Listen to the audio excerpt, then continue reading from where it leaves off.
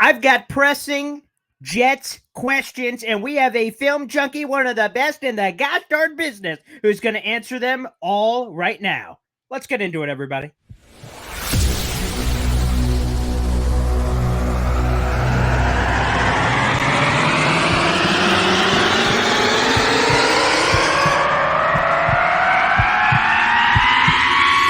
Zoinks! It is unequivocally the Super Bowl for New York Jet fans. Field Yates, baby. Field gosh darn Yates. Let's bring him on the show. Come on, people. Connor Rodgers is joining the show. What's up, Connor?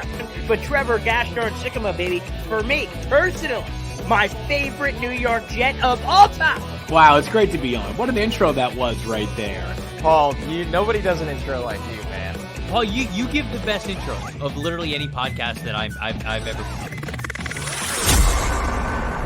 I'm gonna lose my gosh darn bananas.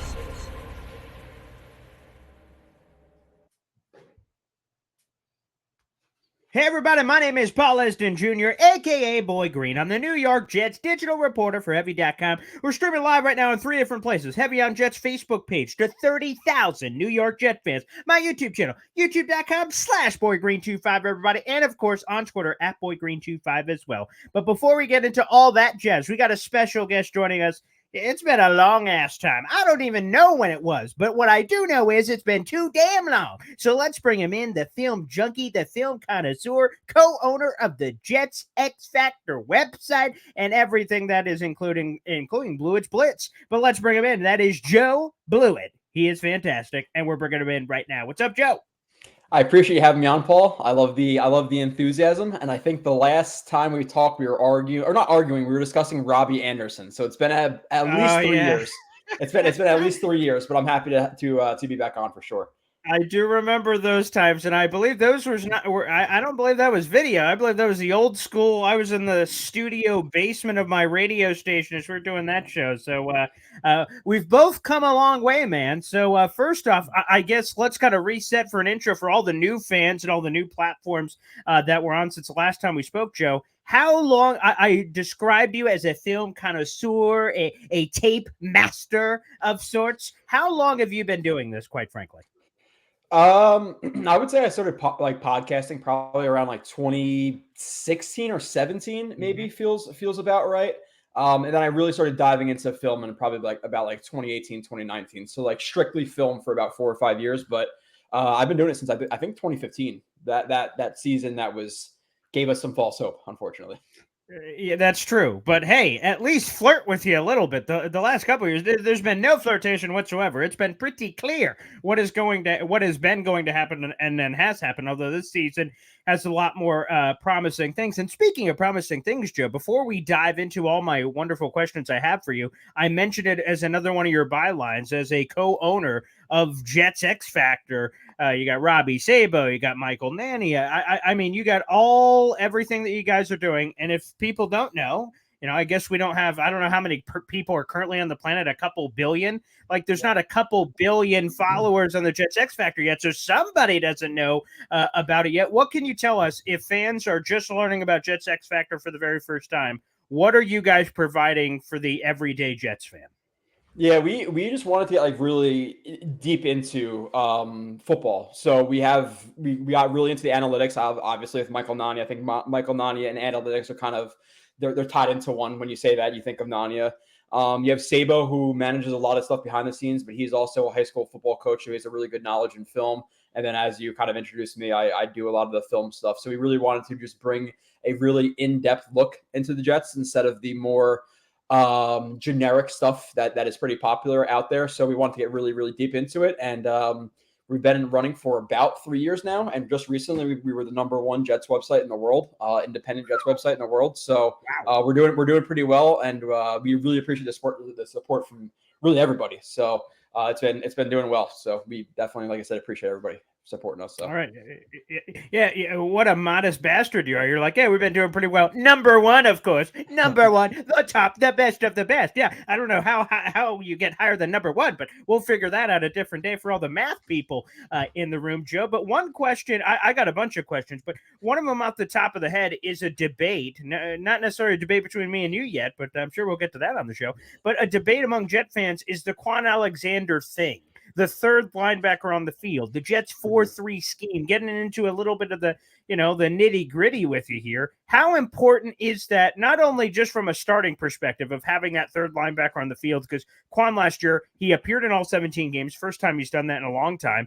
And also he started in 12 of those. So 12 of those times he was on the field, obviously, to start a game. How important is that just in terms of a starter level and also the insurance of depth? Because if CJ or Quincy goes down, the Quan, if that happens in future weeks, or Jamie and Sherwood or whoever that guy is, would then be forced up another rung on the ladder.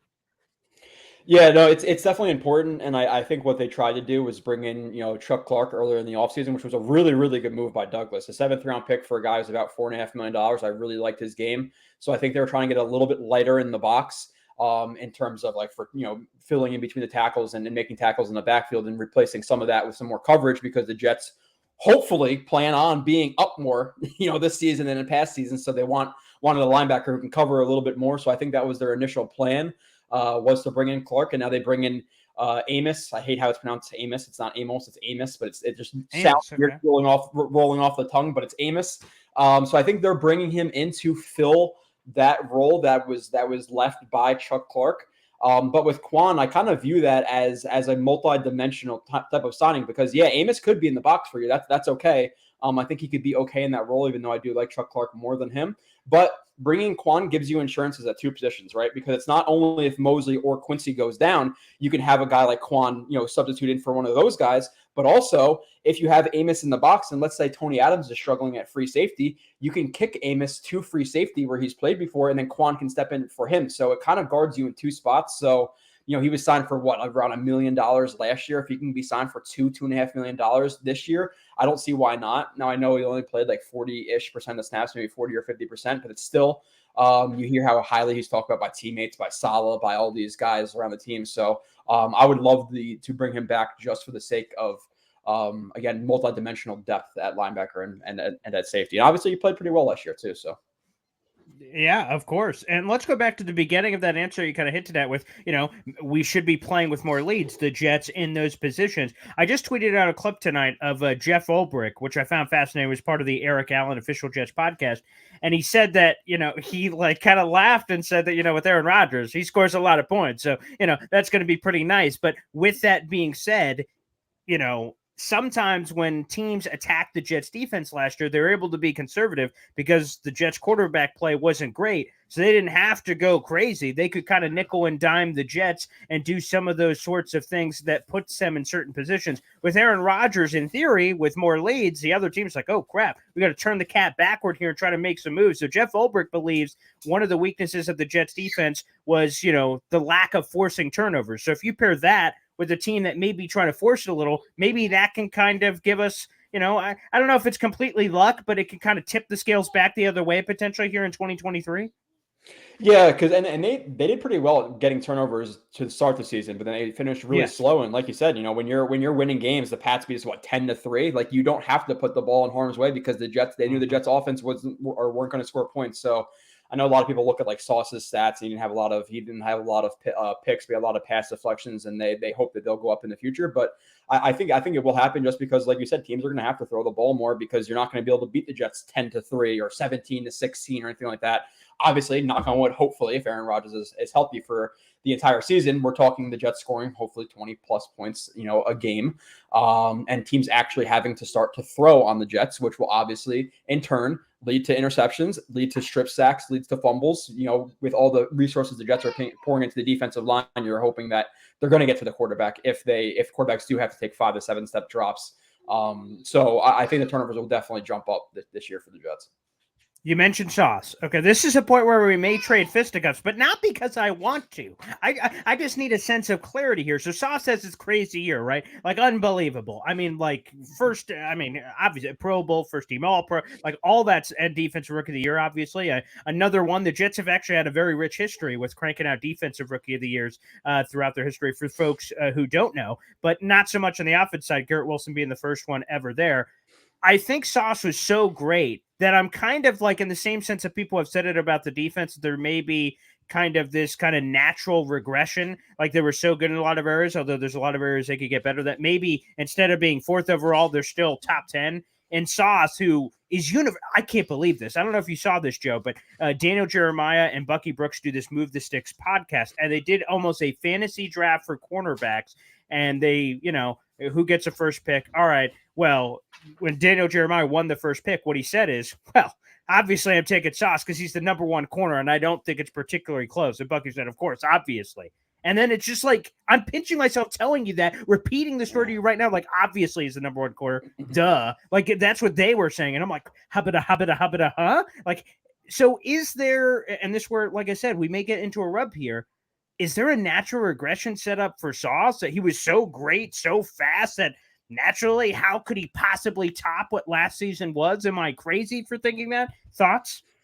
Yeah, and so the only guy who like I could think, and it's hard to quantify because obviously I watch the Jets and I do the film review for the Jets. It's not like I'm out there and watching Darius Slay and I'm not watching Pat Surtain every single rep of their season. I see them in passing, but I'm not watching them rep for rep. So in terms of like guys who I think you might have an argument with Sauce, it's really only him and Pat Surtain. And like how crazy we can say after 1 year that he may be the number 1 or 2 corner in terms of fantasy drafts going forward. So but for Sauce, I don't think there's going to be a natural regression because I think there's actually areas that he can improve. I think Sauce is going to get better. It's not like Sauce was impenetrable last year. Like there were some plays he almost got beat on. The Lazard play across the middle where he got the pass deflection. He was beat on that play. Good recovery speed. The interception against the Dolphins on Skylar Thompson. That ball was late because JFM hit him, but Sauce allowed the guy to attack his blind spot. He would have got a first down if it wasn't for JFM. So he could play a little bit better there. And part of the problem is he opens up a little bit too early and he gets in a shuffle technique, which I'm not going to get too much into. And then there's also a play you see against, the Steelers where Deontay Johnson beat him on a post. He used to get his foot in bounds where he beat him on that. So like there was plays that were there where Sauce got beat. So it's not like I saw somebody who did every single thing perfect and the only thing he could do was go down. I think if Sauce starts to play with a little bit more consistent technique and off coverage, and then if he starts to track the ball better deep. Now, obviously, the whole pass interference thing, it's definitely a reach by Seahawks fans who want to see Tyreek Woolen or whatever it is, as a defensive rookie of the year. And, apparently Sauce is only good because he's in New York, which is a bunch of BS. But nonetheless, he could play balls better deep because there were some calls that might have been a little bit questionable in terms of the pass interference, even though that was more few and far between than those fans want to make it out to be. But if Sauce can keep his feet under him, if you can play balls a little bit better deep, if you can track it a little bit better, I actually think he'll take a step up. So I'm not really expecting a step back from him. I think he'll get better from last year. Yeah, that makes sense because we just started this, Joe, and I asked you about Jets Exile. You said, we're number 1, baby. And then you said, there's more to accomplish. And that's Sauce. I'm like, he was just rated number 1. You're like, well, there's more to accomplish. So that makes that your consistent theme. That's what we're looking for, Mr. Joe Blewett here on the show. And again, make sure you follow him on that very handle that you see below that handsome mug of his. Again, Joe Blewett is on the freaking show, everybody. And Joe, I need to ask you this. Let's stay in the secondary. This will be a multi-layered question, but right off the top, how big of an issue, if at all, is the safety position in your mind as we're heading into training camp?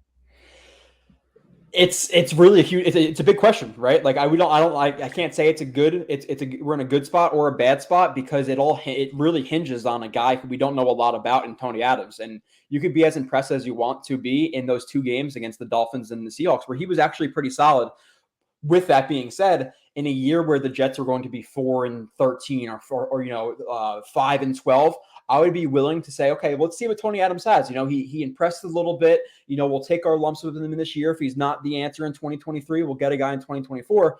The problem is I don't think you can officially label like a Super Bowl or bust year, but you're not getting Aaron Rodgers to not win the Super Bowl, right? So it's kind of a Super Bowl or bust year. And do you trust a Tony Adams going against the likes of Josh Allen and Patrick Mahomes and Joe Burrow and Lamar Jackson and Deshaun Watson and a bunch of guys, Russell Wilson even, so there's a ton of quarterbacks he's going to have to face. So do you want to pour all of your faith into Tony Adams to do that?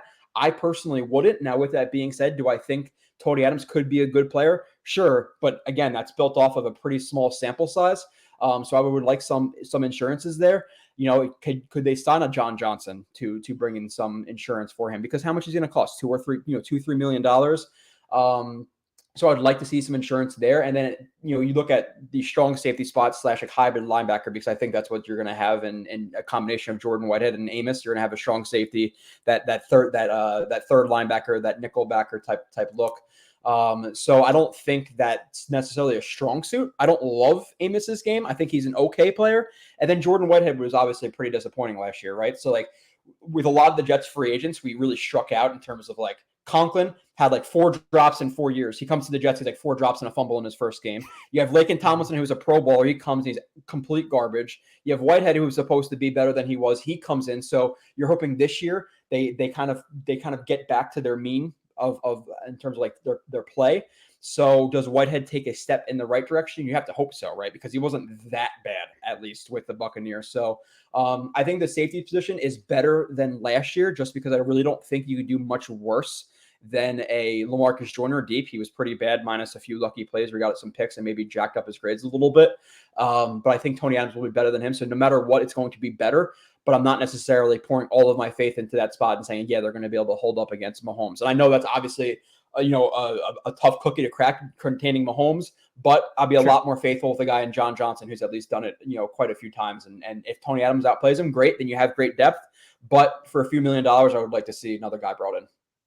Let me ask you this. If the safety position is as big of a question mark as a lot of people have said, and even you've kind of painted the picture here, how big of a weakness is that at the end of the day in terms of winning versus losing? So you have Aaron Rodgers, and let's say your biggest or one of your bigger weaknesses is safety. Is that going to prevent you from, winning a game here or there? Is that going to prevent you from potentially winning a championship? Like, I'm just trying to categorize it in terms of the quote unquote first world problems Jet fans now have of like, there's a lot of teams that have a lot of problems that I would argue are much worse than safety. Is that going to be a difference maker ultimately, in your opinion?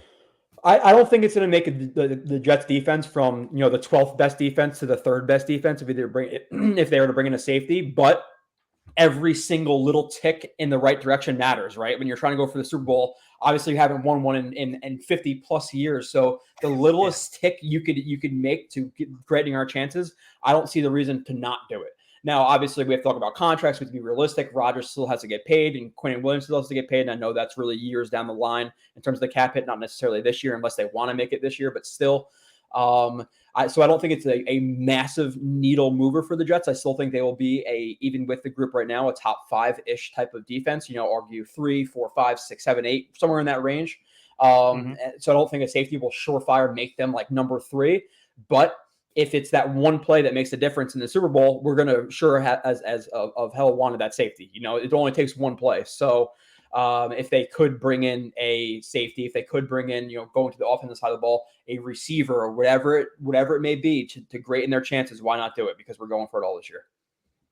You mentioned it earlier. When the Jets initially signed Amos, I was like, again, on the surface, at the time we did not know about the Chuck Clark injury. I'm like, oh, phenomenal. Now you have 3 starting caliber safeties on the team. This is kind of what you want, again, to your point of incremental, again, not getting complacent and just trying to improve every bit of your roster. As we found out, unfortunately, a few hours later after that signing became official, is that Chuck Clark went down. So it almost seemed like Amos was a 1-for-1 swap with Clark. How big of a deal is that John Johnson ad that you and several others have kind of advocated for out there? Or is it just going to be this kind of like belief within the team? Like Tony Adams surprisingly making the roster last year from the outside looking in, it was like, oh, so they believe in him or Trey Dean or whoever that player is. Is there going to be that kind of belief in, hey, just us on the outside are going to have the bigger question marks at safety than the people inside the building? Yeah, like there's always info we don't know about, right? Like we Sure. spend all this time about the draft and we talk for 3 months about the draft, but we only have 5%, 10% of the information that the teams have. So they know a lot more behind the scenes. And I know it's almost like maybe a little bit overstated sometimes, but like we don't get to see these guys in practice. Like they know what they're talking about in practice. They see them in the film room. If they're confident with Tony Adams' eyes in practice, if they're confident with him in the film room, he knows where he's supposed to be. That I could see them having faith in him. It's just hard for Jets fans because we haven't actually seen it on the field, and we are trained to expect the worst. So it's a possibility that he could be a really good player. Again, for me personally, I just can't. I'm not going to put all my chips into that basket, or all my eggs into Tony Adams' basket, because he's really the only like true free safety that I see on the team. Amos, I watched a lot of him in 2020 and then even in 2022, just because the grades were substantially different from 2020 to 2022. So I wanted to see if it was his play really dropping, or was he just the beneficiary of circumstance in 2020, or was he the victim of circumstance in 2022? And I think he was more the beneficiary of circumstance in 2020. So I don't really think he's like the best player in the world, and I think he is better in the box. So you have one player who's better in the box in Amos. You have another player who's obviously better in the box in Whitehead. So I think that spot's nicely filled between like the hybrid linebacker, strong safety. It's just in terms of true range free safety, it's Tony Adams, and that's it.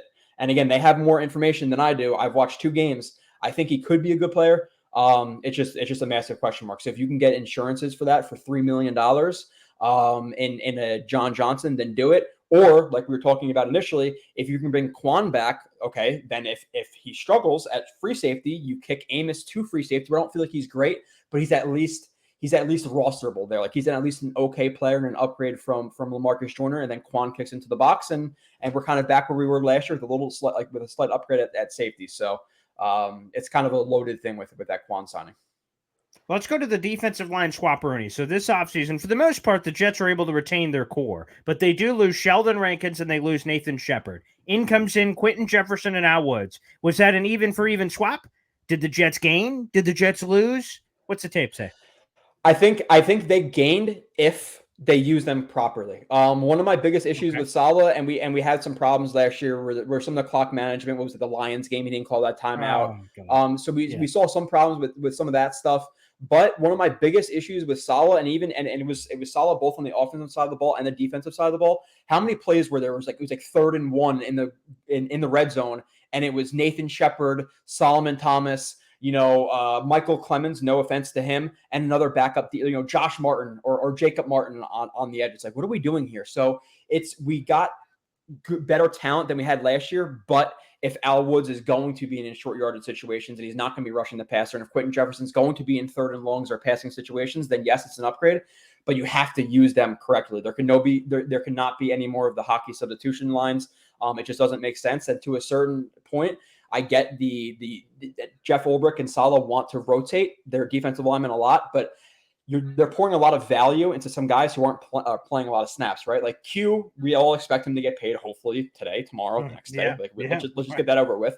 But he's making $25 million to play 65% of the snaps like he was last year, where you have guys who are making $25 million really playing like 80 or 85%. So to a point, I think the heavy rotation is a little bit detrimental to the team because you want your best players to play. But I could live with it if they at least do it properly. Again, Al Woods, run situations. Quentin Jefferson, pass situations. It cannot be the whole rotations like it was last year. So I really, really like Woods in terms of stuffing the run. You've seen the highlights. The dude, just an absolute behemoth in there. Like a chip off the old block of like the Snacks Harrisons of the past, the Chris Jenkins that we've enjoyed as Jets fans. So he's of that ilk. And then Quentin Jefferson is really, really productive in limited or more of a limited role as a pass rusher. And stats aren't everything, but he was just as productive, if not better, than Sheldon Rankins as a pass rusher last year. It's just Sheldon Rankins is more well-rounded than Quentin Jefferson, but Al Woods is much better than Sheldon Rankins in the run game. So I think those two guys versus Sheldon Rankins and Nathan Shepard being minus as well is definitely an upgrade. It's just about how you use them, if you use them properly. And it's the same thing with receiver, talking about that. There were some reps last year where it was, instead of Elijah Moore, Garrett Wilson, Corey Davis, it was Braxton Berrios, Denzel Mims, and Jeff Smith in the red zone. I'm like, what are we doing here? So they got to figure out the rotation thing for sure. Let's you brought up Quinnen Williams. Let's get into him. How much better can he get? So he's inevitably going to get paid. We all believe as Jet fan, media people, whatever. We like obviously like let's pay the man. He's 25 years old. He's coming off this year. He was one of those late bloomers. He wasn't that Quinnen Williams saw last year immediately. It took him a little bit of time, and there was some contributing factors, injuries, and other things that kind of played a role in that. And then he's about to get the bag. Because I think there are a lot of Jet fans, and I know they're different situations, Joe, and I'm sorry to bring up this painful memory, but the last time the Jets paid one of their own, we're talking Muhammad Wilkerson, who in his first 5 years had 36 and a half sacks, and he had the perfect story, grew up minutes from the facility. We're like, oh, this is the guy. We got to pay the guy. And franchise tag deadline style, they give him the big deal. They give him all the money, and then all of a sudden he doesn't give a flying hoot. Tardiness, production all falls off a cliff. So people were a little hesitant. Do you think if Quinnen gets the bag, there's a higher level to achieve here? Yeah, so Quinnen Williams was a top 3 interior defensive lineman last year, and I think the argument is with him, it's with Simmons, it's with Donald, and I think Donald's dropping off a little bit. So I think Q is trying to reach to be the best, and I think Donald again dropping off, so it's probably him versus Chris Jones, and there's some guys up there, Dexter Lawrence, who are creeping up a little bit, but Quinnen Williams took obviously a massive leap in his 4th year last year. So I think he can get a little bit better. There's just some technical things I think he could do a little bit better. I think he can rush, with better consistent leverage. But he was still dominant. Like you could argue that he was the best last year. Again, how do you quantify it? You have to go back and watch every single rep of every single guy, which is quite hard to do unless you're doing this full time, which I'm not. I do have a full-time job, so I'm not able to do it. But yeah, I think Q's gonna be fighting for the best. And now I'm not really worried about him with like Muhammad Wilkerson, because the thing with Wilkerson is, and this is again stuff that we're not privy to because we don't have the behind the scenes access, is, we heard the rumblings of him at least after he was lazy. We heard, okay, well, prior to the actual rumblings coming out, he was missing meetings, he was late, and we haven't really heard anything like that about Q. So I think they're two just different people. And while Wilkerson was very good, he wasn't dominant. Williams was dominant last year at points. I've never seen Wilkerson get to that level. While he was very, very good, there's a different level between, again, more of like Christian Wilkins type player who are very good, but they're not Quinnen Williams. They're not Chris Jones. They're not, and I'm not comparing anybody to Aaron Donald, but Aaron Donald of today's Aaron Donald, different than Aaron Donald of 5 years ago. So I think he's going to be pushing to be the best. I think it's around that $25 million. We'll see exactly what the hang up is. We're all kind of thinking it's about the years right now, and it's not about the actual money, which is, by the way, something absolutely crazy in terms of the money and just contracts in New Jersey. I think the NFL should figure out a way to make it even for all teams in terms of the tax, because you talk about Dalvin Cook. I don't know if Dalvin Cook's going to come up in a little bit, but how much does he have to get paid in New York to make the same contract or have the same actual money in his pocket as Miami? So it's a little bit crazy with how some of the contracts work, and maybe that hurts the Jets in some of their negotiations at time because of how damn high the taxes are. I know you live in the area as well.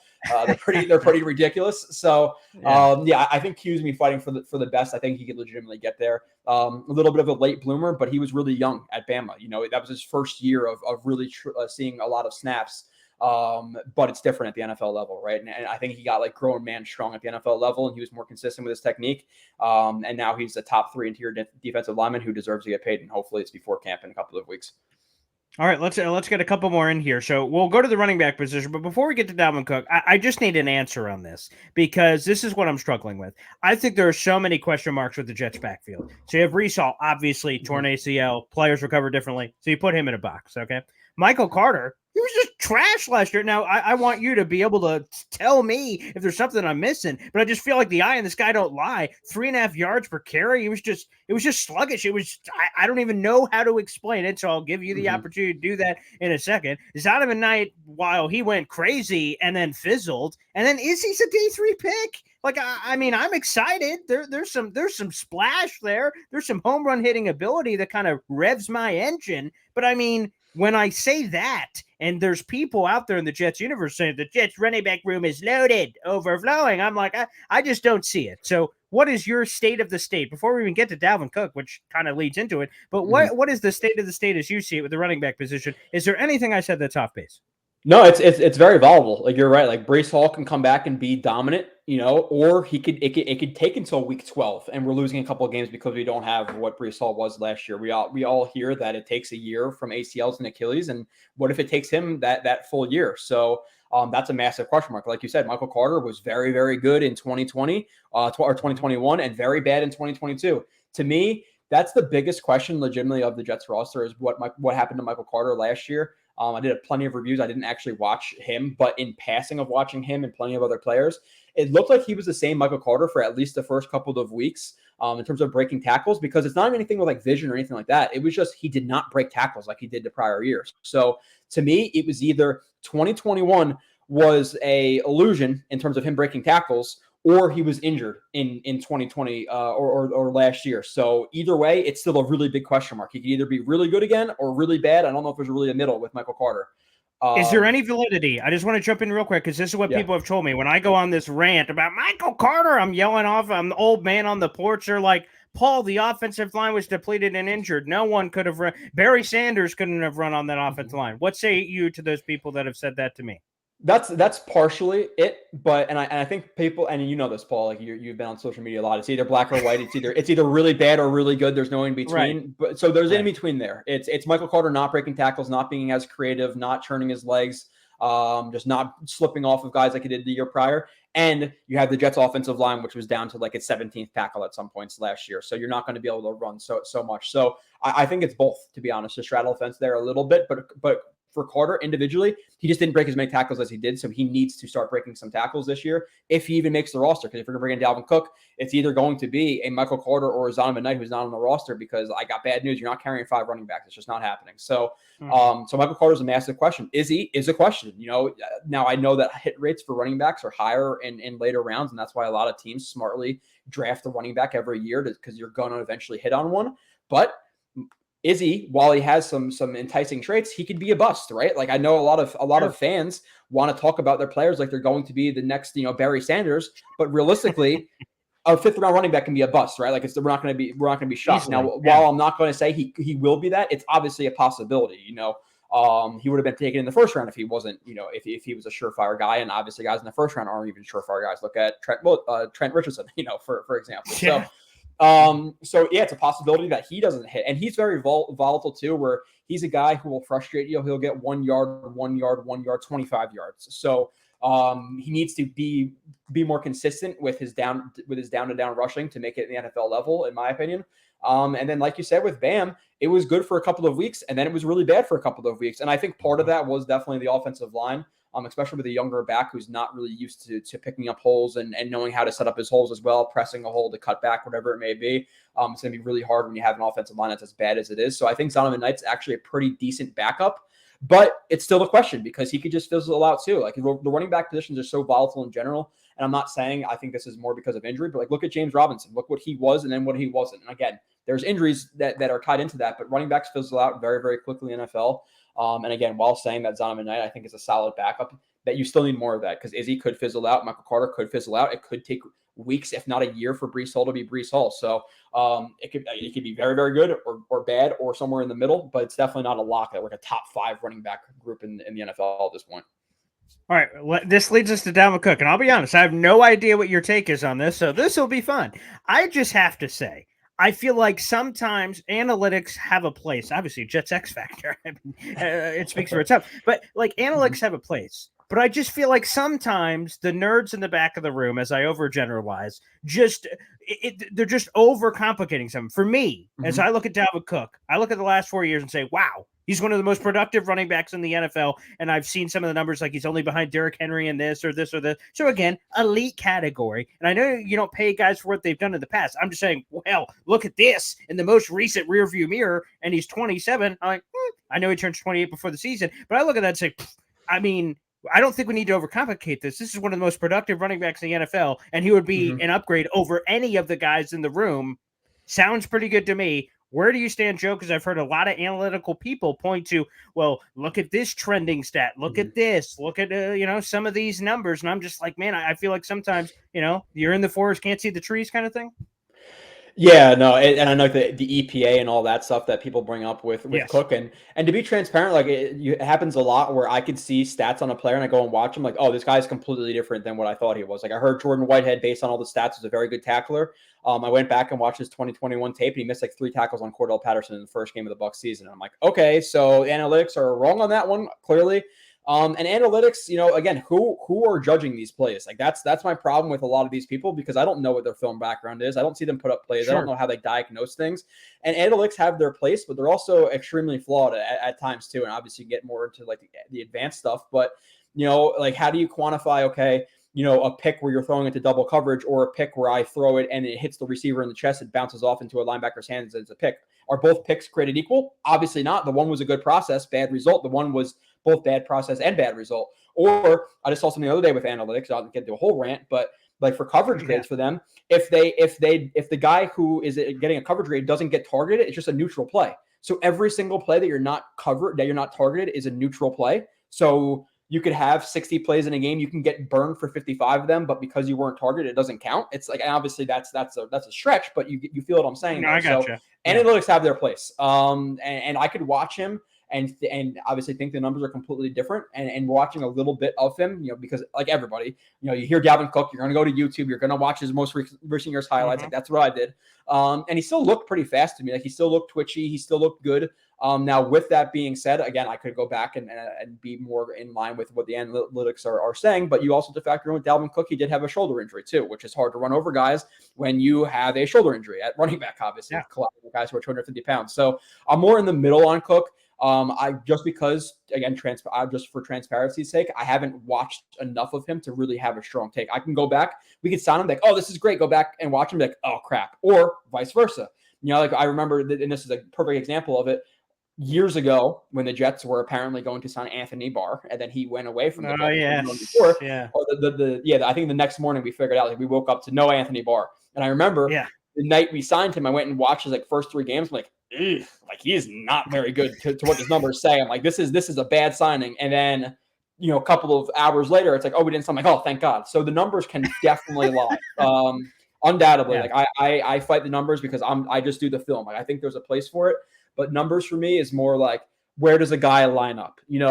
How many snaps did they take here? But in terms of grading stuff, I take no account for the numbers, just because I trust myself more. But so with Cook, I'm more in the middle, just because even if he did have a down year and his numbers are bad, I'm still going to pour more into his resume, or more faith into his resume, than a Michael Carter or Zonovan Knight at this point. So obviously, if the price is right, I'm again on the fence, but I would be okay with him doing it, or okay with him not doing it, to straddle the fence. But that's really my honest take.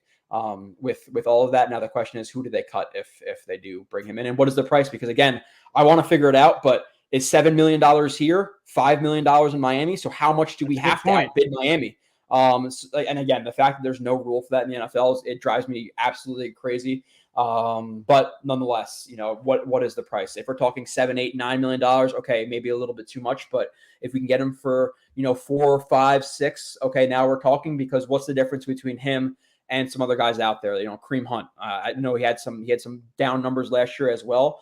But if you can get him for 3 and Cook for 6 or 7, is that difference doesn't mean enough. So sure. I'm down for bringing another running back. It just depends on the price and exactly who it is. Fair enough. All right, let's get the last one in here. Of course, we got to get Aaron Rodgers. It's been weird how in all these recent interviews, Aaron Rodgers just kind of found his way in the back. Maybe because he's always in the front. So it's just getting used to it, pal. But obviously, you just dropped an article. People can check it out. It was from earlier this morning about Aaron Rodgers' production decline in 2022. And I think Buffalo, who obviously very well, Buffalo made a great point on the show that, so Aaron Rodgers has this thumb injury. He decides to play through it. And then obviously the results aren't what normal Aaron Rodgers is. And we all say, well, look at this scrub. He fell off the cliff. But Buffalo said, man, if he had the thumb injury and just decided to pack it in, our previous knowledge of Aaron Rodgers would have been winning back-to-back MVPs. And how would our perception have changed, and maybe the trade price potentially have changed when you fast forward it later? So factoring that in potentially into the conversation, is the decline solely thumb? Is it age? Because Jet fans, Aaron Rodgers, Pro Football Hall of Famer. That's all I see. Last year, what? I don't know anything of what you're talking about.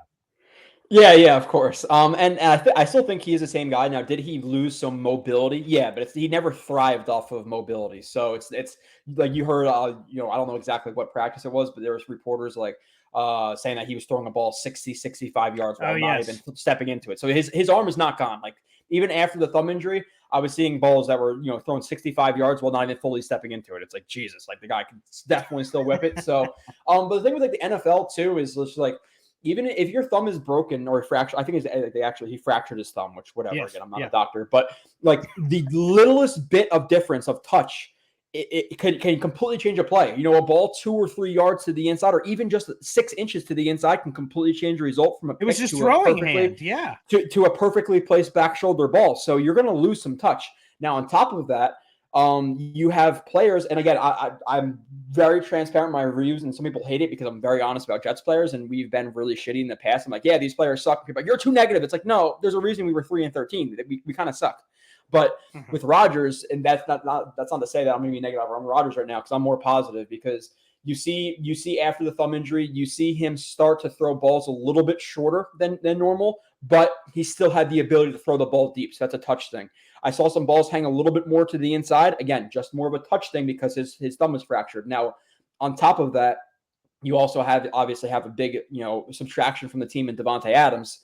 And there was clearly some signs of him not trusting his offensive line and his receivers to me, because there was plenty of seam balls that he would throw to tight ends in years past that he just did not throw this year, whether that be not trusting the receiver or the tight end who's actually running the route, or the offensive line. Sometimes there were sometimes his eyes dropped and looked at the rush where they wouldn't typically see it. And I think that's because his offensive line was a little bit banged up. And in terms of the receivers, you have to, you hear so much about Rodgers' connections with the receivers and with the offensive line and guys knowing where they're supposed to be. But when you're running out there with guys like Romeo Doubs, who's a rookie, and Christian Watson, who are rookies, it's hard to have that chemistry, knowing where to put that back shoulder ball. Or, Rodgers actually likes to hang balls a little bit more to the inside sometimes and let receivers attack it instead of like the typical back shoulder ball. So, how comfortable is he with those guys?